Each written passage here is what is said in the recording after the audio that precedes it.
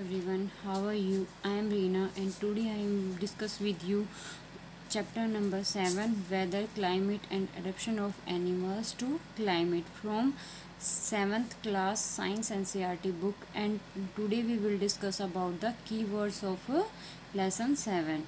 तो इसके अंदर फर्स्ट कीवर्ड है हमारा अडप्शन की। अडप्शन क्या होता है बेटा? कहता है कि feature and habits that helps animals to adapt to their surrounding is called adaption. क्या कहता है कि वे सारे की सारी वे बातें, फीचर्स और हैबिट्स, उनकी आदतें जो हेल्प करती हैं एनिमल्स को या ह्यूमन बीइंग की सभी को उसके चार आसपास अगल बगल में चारों तरफ के एनवायरनमेंट को अपने अनुकूल ढालने की, उसको हम कहते हैं अडप्शन। ठीक है। नेक्स्ट है क्लाइमेट की। क्लाइमेट क्या होता है? The average weather pattern taken over a long time any 25 year called the climate of the place. कहता है कि किसी भी एक जगह, यानी कि किसी भी एक जगह जब उसके हम लगातार कंटिन्यूसली 25 ईयर्स तक उसके क्या करते हैं, जो टेम्परेचर होता है, जो वेदर होता है, मौसम होता है, उसको हम नोट करते जाते हैं, फिर उसका एवरेज निकालते हैं। बोला ना कि द एवरेज, फिर उस मौसम का, उस वेदर का हम एवरेज निकालने के बाद क्या कर, उस जो एवरेज आता है उसको हम क्या कहते हैं, क्लाइमेट ऑफ द प्लेस। या फिर आप इसको ऐसे भी बोल सकते हो कि a long time weather average of the weather pattern is known as climate of the place. यहाँ पे 25 ईयर इसलिए लिखा गया है क्योंकि कम से कम 25 साल तक हम क्या करते हैं, वेदर को जज करते हैं, उसको देखते हैं कि एक जैसा है, कितना ऊपर नीचे हुआ है टेम्परेचर, तो वो क्या कहलाता है, हमारा क्लाइमेट कहलाता है।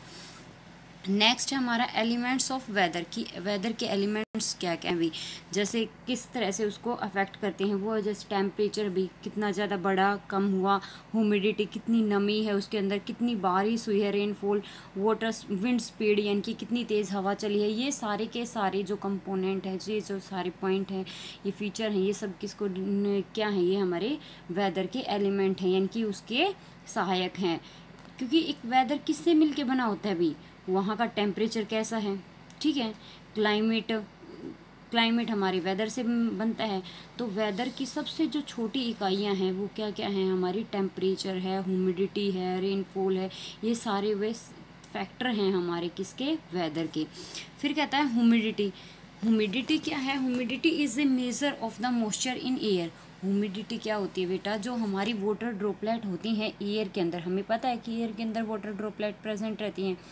तो जैसे गर्मियों में क्या होती है, वाटर की जो वाटर वेपर जो होते हैं वो बहुत कम होते हैं। जैसे रेनी सीज़न है और हमारा क्या होता है सीज़न, और जो सर्दियों के होता है, विंटर होता है, उसके अंदर हमारे जो एयर होती है, विंड एयर, उसके अंदर मोस्टली प्रेजेंट होती है, यानी कि वाटर ड्रॉपलेट प्रेजेंट होती हैं, उसी को हम ह्यूमिडिटी कहते हैं।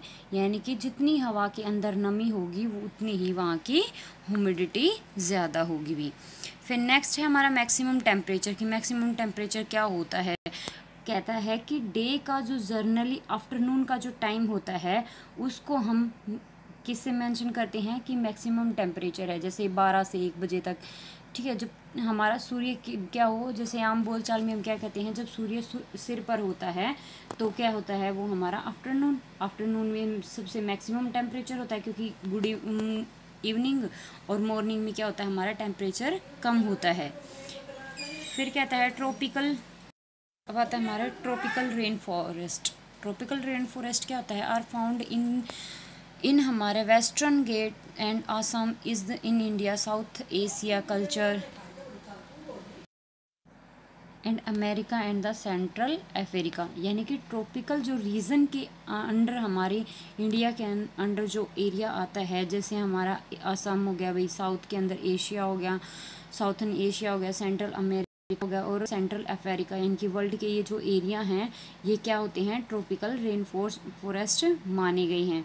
ठीक है। फिर ट्रॉपिकल रीजन क्या होता है? हमने देखा कि ट्रॉपिकल रीजन, मैंने आपको बताया कि ट्रॉपिकल रीजन जो होता है उसके अंडर में जो एरिया आता है उसको हम ट्रॉपिकल रेनफॉल एरिया बोल देंगे। ट्रॉपिकल रीजन क्या होता है? तो ट्रॉपिकल रीजन के बारे में बताता है कि has generally A hot and A humid climate because of its location around the equator. कहता है कि जो ट्रॉपिकल रीजन होता है वो इक्वेटर के अराउंड द इक्वेटर, इक्वेटर के अराउंड होता है, तो वहाँ पे वेदर जो होता है, जो क्लाइमेट जो होता है वो कैसा होता है, ठंडा होता है एज़ कम्पेयर टू हॉट जो हमारे नॉन ट्रॉपिकल रीजन है उनके अकॉर्डिंग। तो कहता है day and night almost equal in the length throughout the year, these regions get plenty of the rainfall.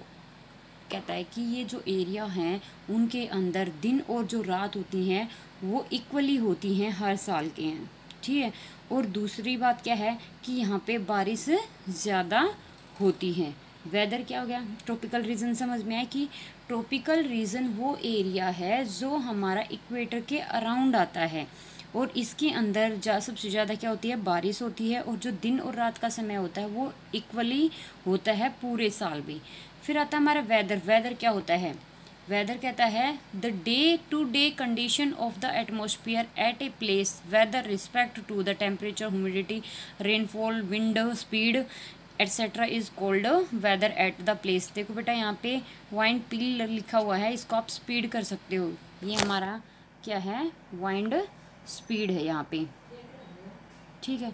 तो वाइंड स्पीड क्या होता है, वेदर क्या होता है, जो दिन के समय में एटमॉस्फेयर यानी कि हमारे वातावरण का जो तापमान है वो लगातार घटता बढ़ता रहता है। किन किन फैक्टरों, तो क्या होता है जो दिन ब दिन यानी कि हर दिन जो एटमॉस्फेयर होता है हमारा किसी जगह का वो चेंज होता रहता है। किन किन फैक्टरों की वजह से, जैसे कभी टेम्परेचर ज़्यादा होता है, हॉट जिस दिन टेम्परेचर ज़्यादा होगा उस दिन हमारा क्या होगा, ज़्यादा गर्म दिन होगा। ह्यूमिडिटी जिस दिन प्रेजेंट होगी एयर के अंदर उस दिन क्या होगी भाई, ठंड होगी, ठीक है। रेनफॉल बारिश होगी तो मौसम हमारा क्या होगा, अच्छा होगा। विंड की स्पीड यानी कि जब तेज़ हवाएं चलेंगी गर्मी होगी, ठीक है। इन सभी को मिलाकर जो दिन का बनता है हमारा टेम्परेचर एटमॉस्फेयर का, वो ये सारी कंडीशन जब अप्लाई होती हैं तो उस चीज़ को हम कहते हैं वेदर। और जब वेदर कंटिन्यूसली हम उसको क्या करते रहते हैं, ऑब्जर्व करते रहते हैं, जब 25 ईयर या इससे ज़्यादा जब ईयर हो जाते हैं तो उसका एवरेज निकाला जाता है और उसको हम क्या बोलते हैं, क्लाइमेट बोलते हैं, ठीक है। नेक्स्ट हमारा है एक्सरसाइज के क्वेश्चंस आंसर आ गए भी, अब इसको हम नेक्स्ट वीडियो में करेंगे। Thank you.